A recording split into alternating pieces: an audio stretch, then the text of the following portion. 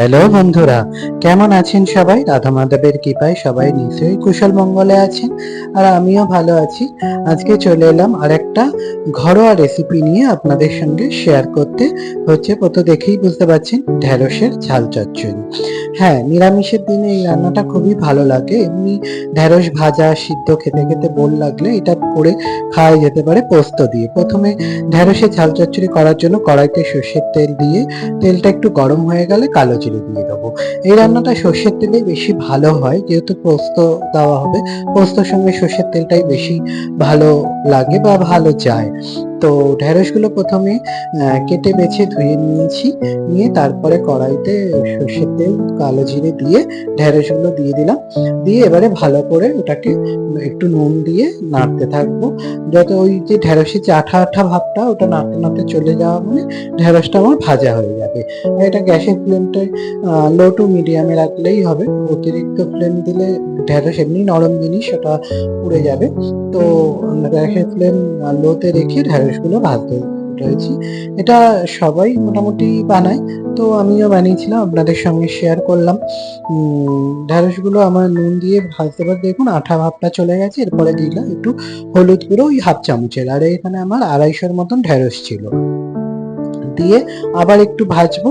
আর একটু কালারের জন্য দেবো কাশ্মীরি লঙ্কা গুঁড়ো। এটা অপশনাল, কেউ চাইলে নাও দিতে পারেন। তো আমি একটু দিয়েছিলাম, হাফ চামচেরও কম একটু কাশ্মীরি লঙ্কা গুঁড়ো। আর ঝালের জন্য এখানে কোনো গুঁড়ো লঙ্কা ব্যবহার করবো না, করবো কাঁচা লঙ্কা। পোস্তর সঙ্গে কাঁচা লঙ্কাটাই বেশি মানানসই যায়। তো ওই জন্য আমরা কাঁচা লঙ্কা ওটা পোস্ত বাটার সময় বেটে নেবো।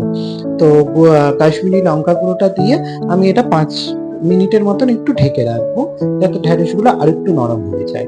তো কাশ্মীরি লঙ্কা গুঁড়োটা দিয়ে আর একটু নাড়িয়ে এবারে আমি 5 মিনিটের মতন ঢেকে রাখবো।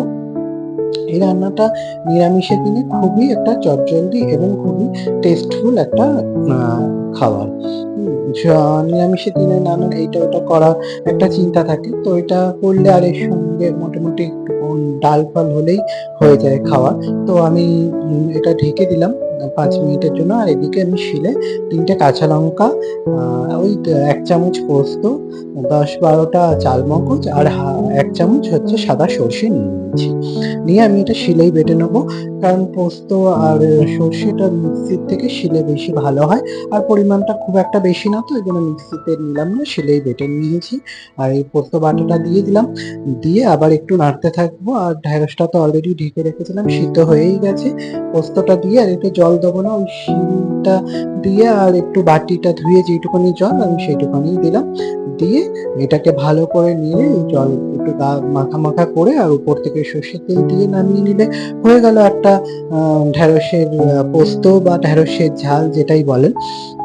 দিয়ে আর একটু মিষ্টি দেবো, নিরামিষ তরকারি তো একটু নুন মিষ্টির ব্যালেন্সটা ঠিক রাখলে ঠিক থাকে মিষ্টিটা দিলে। তাই একটু মিষ্টি আমি লাস্টের দিকে দেবো। আর এই যে আমি উপর থেকে একটু সর্ষের তেল দিয়ে এরপরে বাটিতে তুলে নেবো। দিলে আমার ঢেঁড়সের ঝাল চচ্চড়ি হয়ে গেল।